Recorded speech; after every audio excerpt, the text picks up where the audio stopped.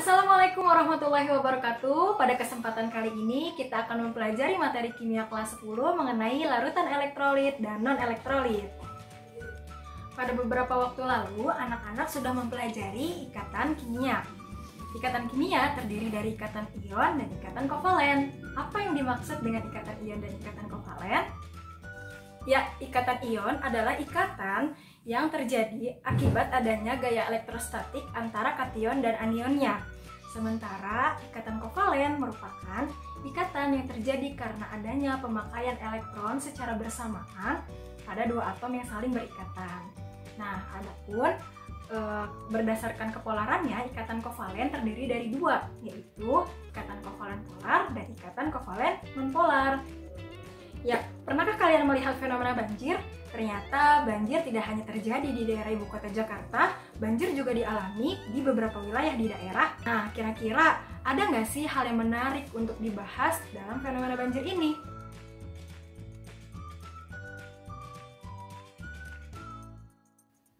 Ya, ternyata tujuan utama dari PLN memadamkan arus listrik ketika banjir melanda supaya menghindari adanya konslet listrik. Dan yang kedua adalah supaya masyarakat sekitar tidak mengalami kesetrum listrik. Nah, hal ini terjadi karena air dapat menghantarkan arus listrik. Nah, namun apa yang terjadi ya ketika air dicampur dengan garam dapur sehingga menjadi larutan garam, dan air dicampur dengan gula sehingga menjadi larutan gula, dan terdapat larutan asam asetat atau larutan cuka. Nah, coba prediksikan apa yang akan terjadi kepada ketiga larutan ini dalam menghantarkan arus listrik. Dan yang kedua, sebutkan manakah yang dapat menyalakan lampu. Untuk membuktikan prediksi kalian tepat atau tidak, maka simak video demonstrasi berikut ini. Alat dan bahan yang dibutuhkan untuk menguji larutan elektrolit dan non-elektrolit.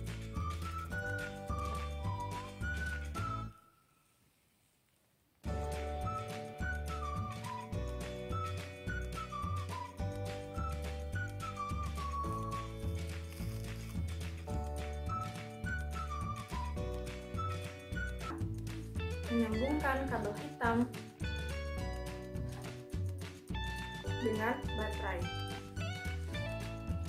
Salah satu ujung kabel yang sudah dilepas karetnya disambungkan kepada kutub positif baterai 9 volt.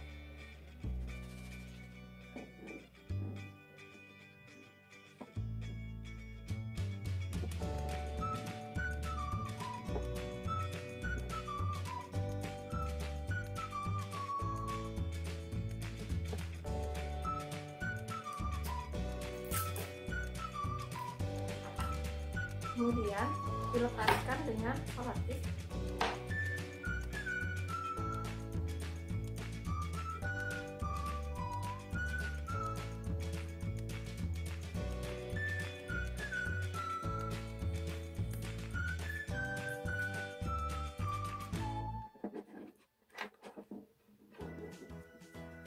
Kemudian sambungkan kabel yang hitam dari baterai ini kepada kutub positif yang ada di fitting lampu, yaitu bagian yang kecil, yang pendek dari fitting lampu.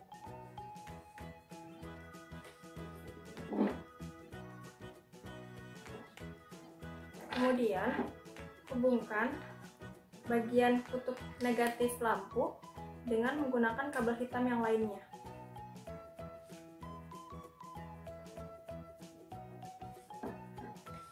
Setelah itu, sambungkan kabel hitam yang sudah tersambung dengan lampu dengan paku.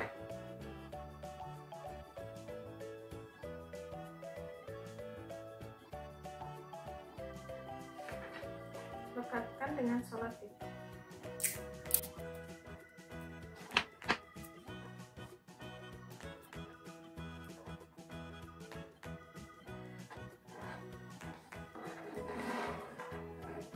Kemudian pada kabel yang merah, hubungkan kabel yang merah ini pada kutub negatif baterai.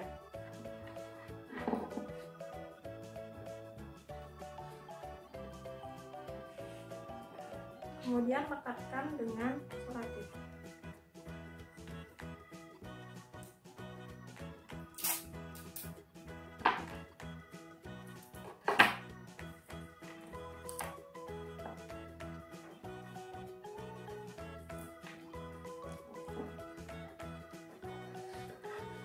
Setelah itu, hubungkan ujung kabel merah dengan paku yang lainnya.